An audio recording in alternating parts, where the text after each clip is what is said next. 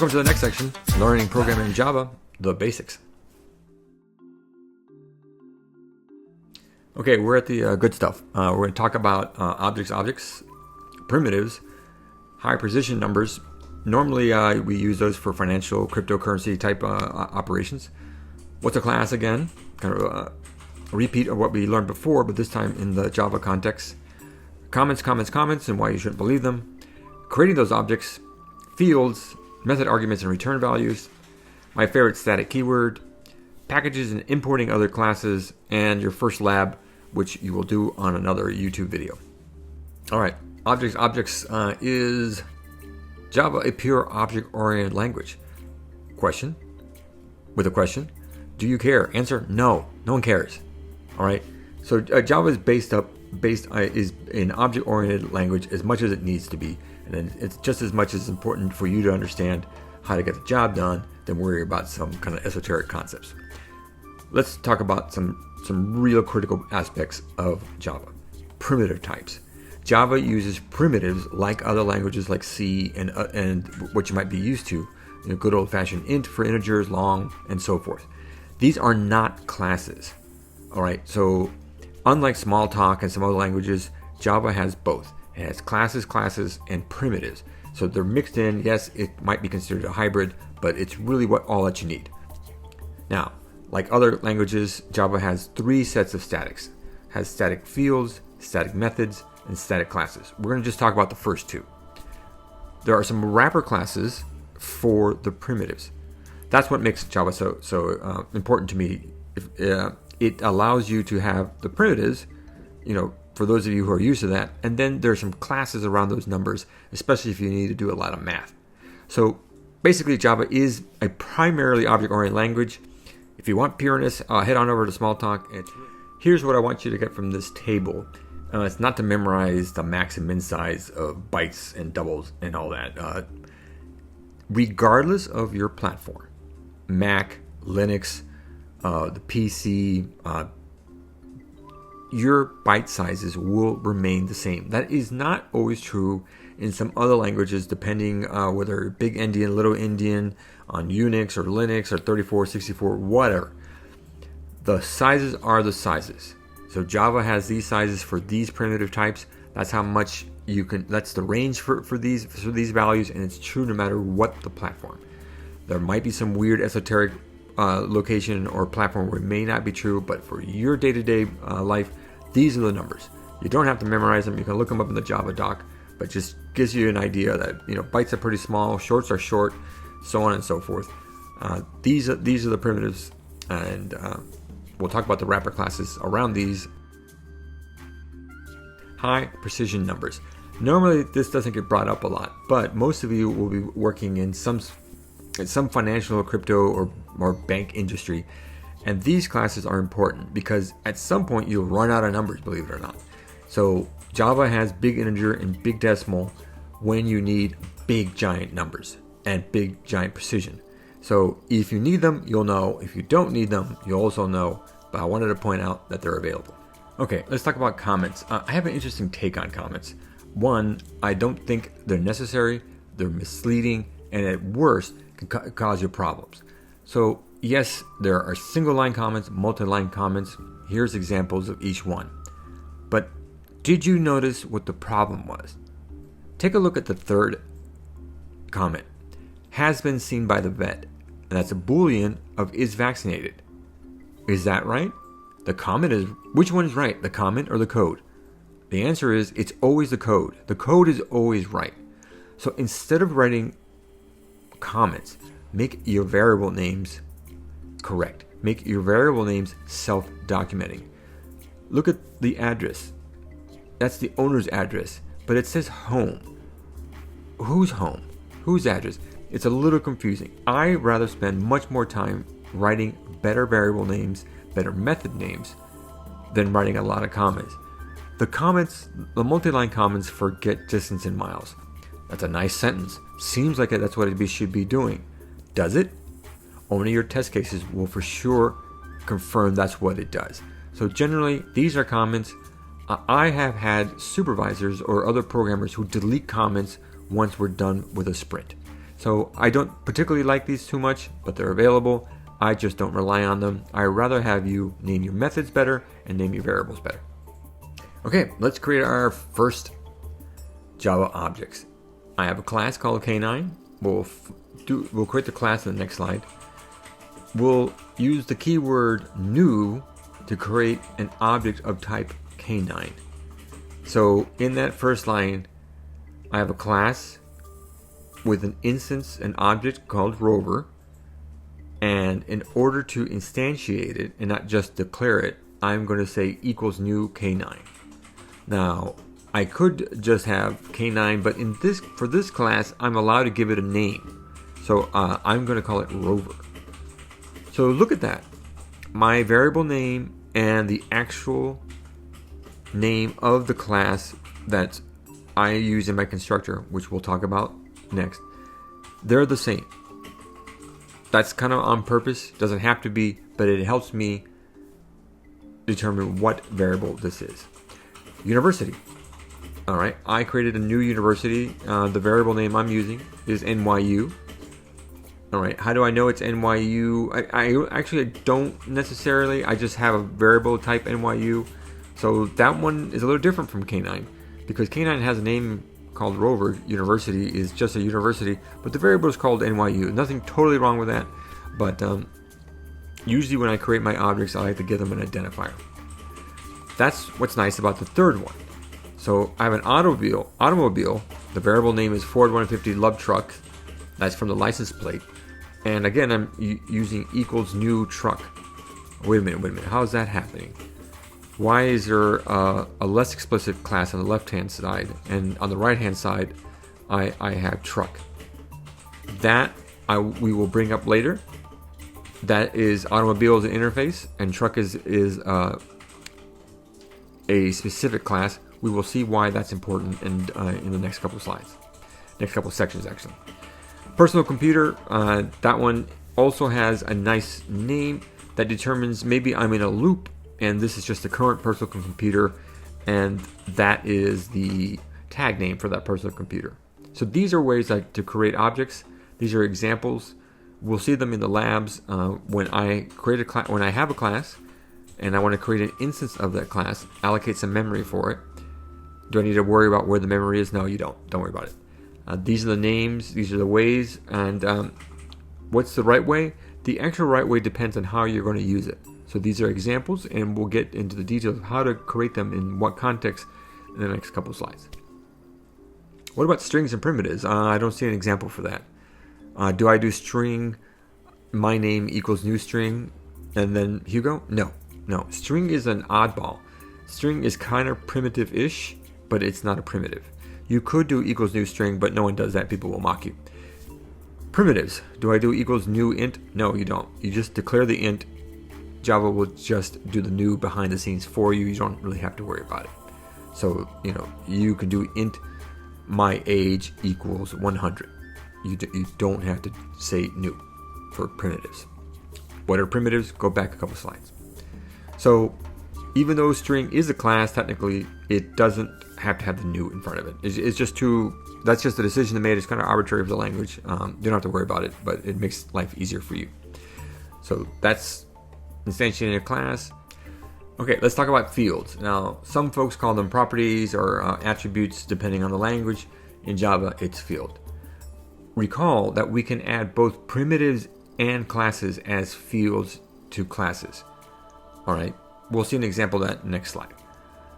Kind of a question for you. If we have an animal that is a mammal, that is a canine, all right, so a canine is a mammal, is an animal. If we have that hierarchy, what fields would you have on a canine? All right, your next question shouldn't have been, your next answer should not have been an answer. Your next question should have been a question: what context am I in? You should not be adding attributes to classes until you understand the context that we're talking about. If the canine is an animal in a veterinary clinic, that's one thing. If a canine, maybe it's something in a pet shop, that's different. If a canine is a toy in a toy store, those are different. So objects and their attributes don't get assigned until you understand the context that it's in. So it all kind of depends. So something like name may be good enough in some places. First name, last name would be better in other instances. And it all depends on the context. So fields get added depending on what context we're modeling in. We just don't arbitrarily add fields to classes because we think we might need them. We add them when we know we need them. All right, here's my made-up examples. I have a class called K9. It's in this package, which we will see in a while how you do that. It's a public class. Almost all your classes are public. You can make them package protected or private, but we're not going to do that in this course. So I have a package, kind of a directory structure. I have a class inside that directory or package structure. It's called K9. That's the syntax. And these are my four fields. I have a string that I'm going to call name. I have a Boolean that will tell me if the K9 is vaccinated or not. It's age. Tell me what you think about int for age. Remember the discussion about primitives and sizes? Is that the right type that you would give for age? And here I have address, which is not a primitive. It's a class that is a field in K9. And I've given it a name of home. What do you think about that? Is that descriptive? What do you think about these attributes in general? Let me know in the comments. Okay, I now am assigning values to fields. So I'm combining two things. I'm creating an instance of the class. Remember that equals new. So now I have a K9 dog equals new K9. I didn't give it a name of Rover this time because I'm going to assign it Fido. So dog.name equals Fido. That assigns a string, see the quotes, a value of Fido to name. How does this work? Because name is of type string and things inside the double quotes are strings. So that I can do. I can assign a string to something that is a type string and name equals Fido. So what about is vaccinated? Go back to the previous slide. Is vaccinated is a Boolean. Booleans can be two things, true or false. So is vaccinated, I'm going to make it false. All right, I could have made it true. I could have just left it by itself. But I am assigning, a value to the declared field is vaccinated of type dog. Now my dog is age 5. All right, that works. All right, 5 is assigned to the age, which is a type int. No problem. What about negative numbers? What about numbers after 32,000? What do you think about that? Does that make sense? Leave it up to you. I wanted to summarize saying that I have a class of type K9.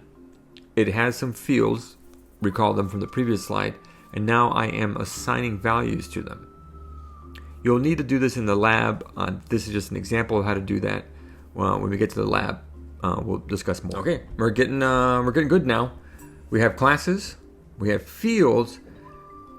So now we need to have the class do something. Before we had a class attributes that defined the class, but doesn't do anything. It's just kind of it just describes what the variables are for it, the fields for it. But does the class do something? Is it more than just an age, a name? Those things don't actually have any actions. Actions are things that the class does for us.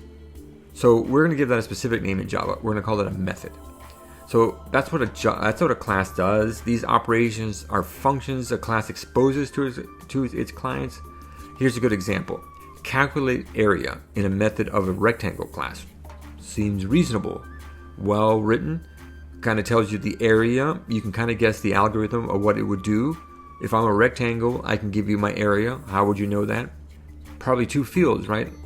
Width and length. For a method, sometimes I can just give you the answer, the return value, and I don't need anything from you.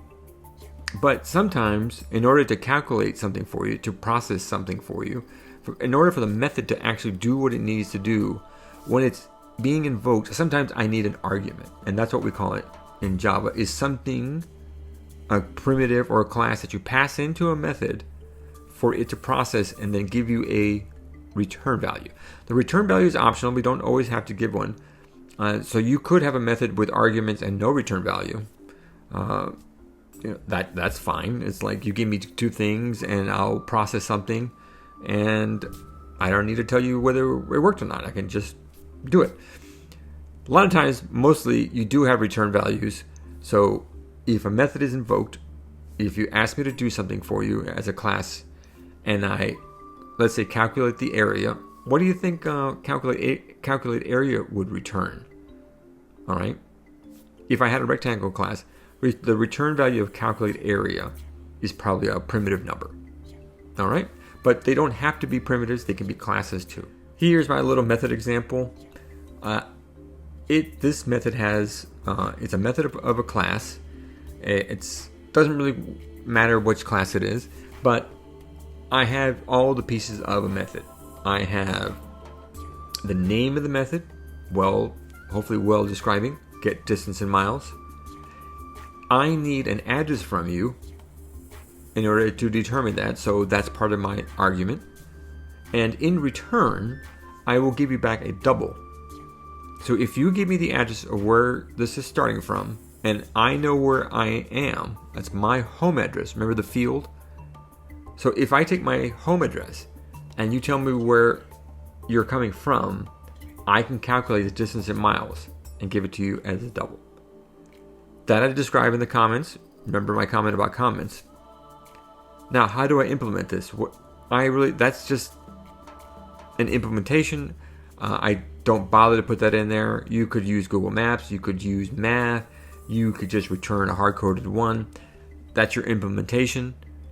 But what I want you to take a look at is the method. Here is a Java method that is the name, that takes in an argument optionally, returns a value optionally, and the type is on the left-hand side.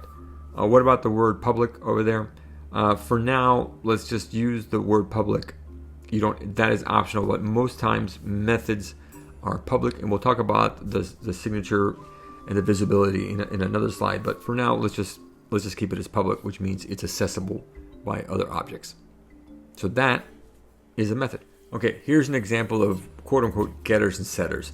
This is a property or bean value kind of design that you see in lots of languages. If I have 3 fields, it's generally a best practice to expose those fields with get methods and set methods, i.e. getters and setters. All right, here's an example. So generally, I don't want you to manipulate my own fields. I want to give them to you as I can give it to you freely. It doesn't hurt me to give you the current state of these values. For ones you can set them for me, that's okay. For more complicated methods, maybe I have to do some processing. These are methods. They're just kind of bread and butter methods. We don't call them methods. We call them getters and setters because they're just a get of the variable name and a set of the variable name. They're not really complicated. Generally, they're not commented, and they're expected if you have fields. You don't have to do this, but again, if you don't add getters and setters and determine whether I can set the values or read the values or not them, if you don't have these things in your class, people are going to wonder, why not? Generally, a class has fields, and to get access to those fields, you have getters and setters, which is a get the name of the field, set the name of the field, and notice the casing standard. So name is lowercase n, but for the get and the set, it's uppercase N in name. If you're wondering if these names have an overall name for them, yes, it's called bean notation. This is from a long time ago when there was a Java beans are specified, and they allowed programmers to create beans in a way that I could anticipate the names. It's kind of boring nowadays. You can generate these getters and setters from in your IntelliJ IDE. You don't have to do them by hand. But yes, they did have a little bit of history. They were defined as best practices from Sun before they were bought out by Oracle. And there is some rules about how to get name, set name, and the different rules for booleans. And you're welcome to look at the Java doc in the Oracle JDK information to kind of get the history and know exactly how to do this. I just let my IDE generate them for me as required. Okay, this gets a little confusing, and I need to point this out. Some methods in some fields are not part of an object per se. They're more about the class. Okay, what does that mean? That means the methods belong to the class and not one particular object. Remember my canine and rover? Well, that was rover and it was specific, right? There's an instance of one object called canine. In this utility class, these functions and that factor aren't part of any one object. They belong to all canines. All right, the good old fashioned one dog year equals seven people years and vice versa. I know it's kind of a made up factor, but that's something that belongs to all canines, not just rover. So if I ask to get something in dog years or get it in human age, that is going to be something that belongs to all canines and not to an instance. So that is when I would like to use a static method. A static method, when you put the keyword static in front of it, if I make the field static, that means it belongs to everybody. You don't have to instantiate it. You don't really have to do new, especially if it's a primitive. If it's a static method, that means you don't have to create an instance of the class to call the method. Just give me a double and I'll figure it out for you. And you don't need to create an instance of my class. I'll show you some examples of that coming up. Okay, now we're getting into some really good nitty gritty. So this class is called canine util, right? These are utility functions for use by someone associated in the canine area. There's my dog year factor 7. Okay, that's the factor 1 to 7. That's because dogs live about 1/7 the time that humans do in general. That's kind of a rule of thumb, not really that scientific, but close enough. That's why I put the keyword static in front of it. It doesn't change. It doesn't change per canine. So that belongs to this class. It doesn't need to have its memory associated with each instance of the class. It can just be for all classes. If you notice, there's a keyword in there you have not seen. That's final. A final tells the compiler and the JDK, don't let anyone change this value. Okay, it's 7 once it's set up. It's always going to be 7. It's never not going to be 7. It's always 7. Static and final don't have to come together. Always be associated together. Sometimes they are, sometimes they're not. But I wanted to be specific in this example. So dog year factor, which is the variable name. Notice the naming standard that's kind of common for statics, especially final statics. It's public. It means anyone can see it. I don't worry. You can't change it. If you try to change, the compiler won't let you. It's static. That means it belongs to the canine, and that's just 7. Next, let's take a look at the get dog years. This is a little function that I want to expose for anybody so that you don't have to keep repeating it over and over again in your classes. So if you give me a human age, this is a method, right? It's a static method. That means I don't need to create a new canine utils to use this method. I can just use it. So if you give me the human age, I do some math. I'll give you the age in dog years, and you don't have to instantiate this class. That's the whole function, by the way. That doesn't do more than that. That's all there is. So this is an example of both static and functions. And this is a complete class. This compiles. This all works. And the comments I have for you the comments here are for you. They're not really something I would add, but heck, this is okay. If I have a class, how can I get the other class to use my class? How can I get canine to use canine utils? So I described to you creating a canine class, and I showed you some canine utils in another class. How do I get them to see each other? Well, that's the keyword import. So I import one class into another, which allows me to use its functions. So canine utils has some methods. There are static methods, some static fields. The canine class wants to have access to it. So notice here I have a canine class which is instantiated with the keyword new, making reference or has a canine utils in it. What about the keyword package? What's going on there? Let's talk about that next. But right now, to import, to use another class, I use the keyword import. All right, this is kind of a chicken and an egg. How can I talk about imports without talking about packages? How can I talk about packages without talking about imports? Each class has to live in a package. Package is a fancy word or Java way to say directories. Now remember, Java works on the Mac, on the Unix, on the PC. So, we didn't use slashes or backslashes or frontward slashes. We didn't want to do that. We have dots. So we have dot notation for our packages. What will my package name be?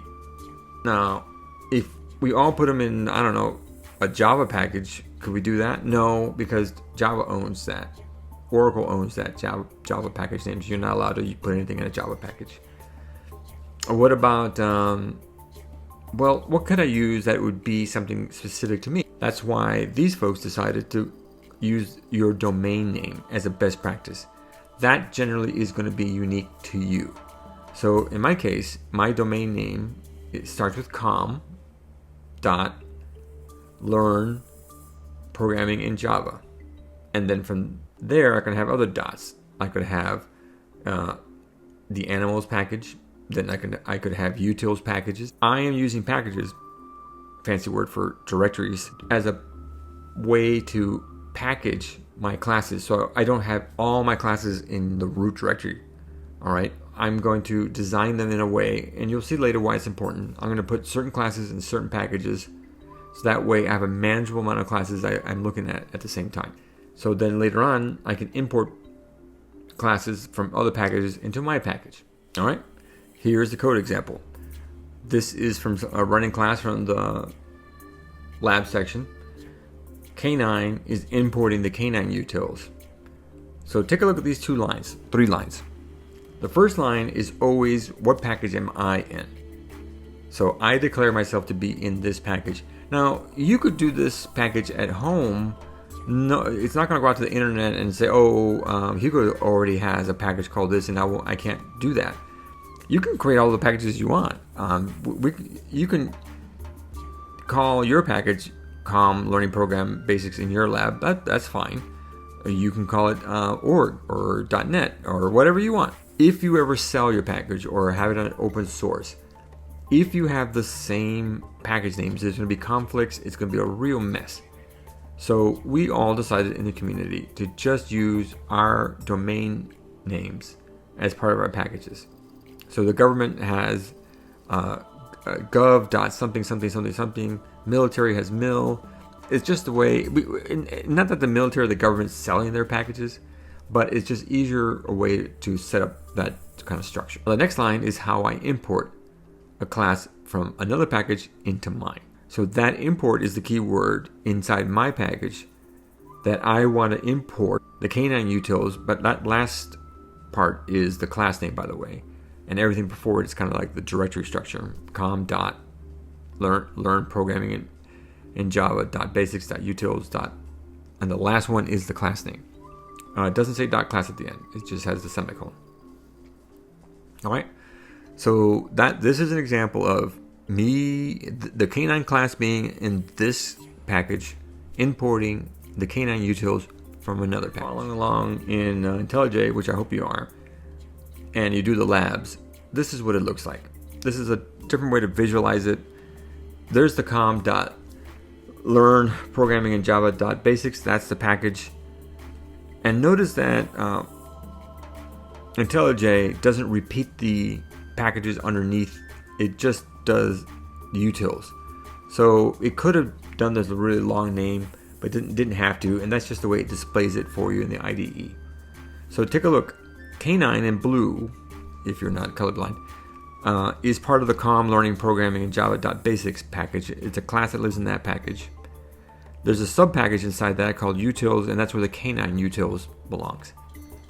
All right. Notice that the address also lives in the basics package.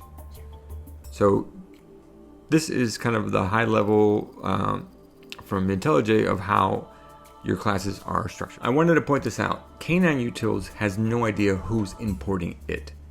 So K9 utils lives in this package, COM Learning Programming Java.Basics.utils. It doesn't have any references to whoever uses it. Look, I'm just defining who I am. I live here in this package, and that's it. Okay, there's no references back to K9. I wanted to just make sure you understood that. This is how imports work. We don't have two-way imports. We just have one way. Okay, now you've done it. You have finished the course description, kind of the OOP, and now you've done the basics in Java. You learned about objects, the difference between primitives and high precision numbers, classes, why I don't like comments. You created some objects, fields, the whole methods, arguments, and return values, the three ways you could use static keyword, but we only did two, and packaging and importing. So at this point, you can keep going to the next section to learn more about Java, or you can stop here and do the lab. Either way works for me, whatever works for you. Thanks for listening.